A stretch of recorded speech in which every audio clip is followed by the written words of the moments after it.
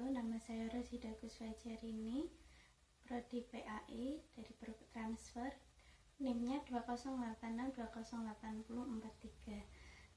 Saya melaksanakan tugas untuk UTS mata kuliah Kapita Selekta Pendidikan. Pertanyaan pertama, bagaimana perkembangan pendidikan Islam dan konvensional di Indonesia? Pendidikan konvensional itu dikenal dengan pendidikan tradisional, itu mulai berkembang sejak zaman kolonial atau zaman penjajahan, kemudian mulai dari penjajahan Belanda, penjajahan Jepang, kemudian mulai dari berkembang sejak zamannya Ki Hajar Dewantara sampai zaman kemerdekaan, yaitu tahun 1967. Kemudian kalau perkembangan pendidikan Islam sendiri itu sudah berkembang jauh dari zaman kolonial, mulai dari pendidikan mulai dari musola, pendidikan dari masjid, hingga akhirnya berkembang menjadi pendidikan berbasis pesantren. Pertanyaan yang kedua, pendidikan masa penjajahan dan kemerdekaan itu seperti apa? Pada masa penjajahan, kita mengenal penjajahan dari masa Belanda, Jepang, itu pendidikannya berbeda.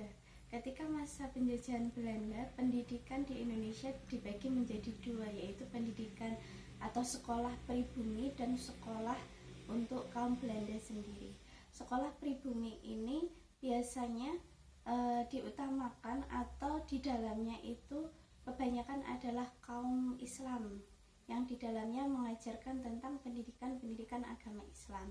Sedangkan pendidikan umum atau yang dari Belanda itu merupakan pendidikan yang di dalamnya mengajarkan pendidikan pelajaran umum.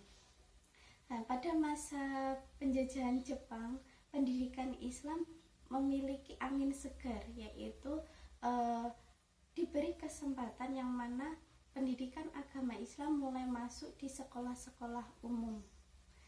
Kemudian pada masa kemerdekaan dan pasca kemerdekaan, sistem pendidikan di Indonesia itu mulai berkembang menjadi lebih baik karena tatanan tingkatan dari sekolah dasar sampai sekolah tinggi itu sudah mulai tertata pasca kemerdekaan. Pertanyaan yang ketiga, bagaimana regulasi pasca era reformasi mengenai tentang pendidikan Islam?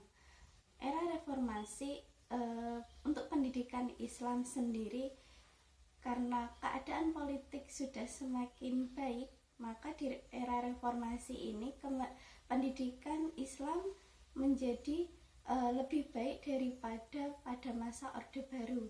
Bisa dilihat dari kebijakan-kebijakan untuk perkembangan pendidikan Islam. Mulai yang pertama di era reformasi itu ada pendidikan Islam sudah mulai masuk ke sistem pendidikan nasional, yaitu mulai dari ma'had, pesantren, itu diakui merupakan bagian dari sistem pendidikan nasional.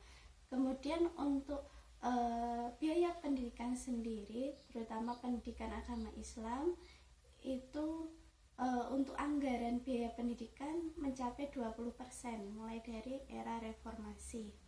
Dan juga ada program wajib belajar 9 tahun, serta pada era reformasi itu mulai muncullah sekolah-sekolah berbasis nasional dan sekolah berbasis internasional.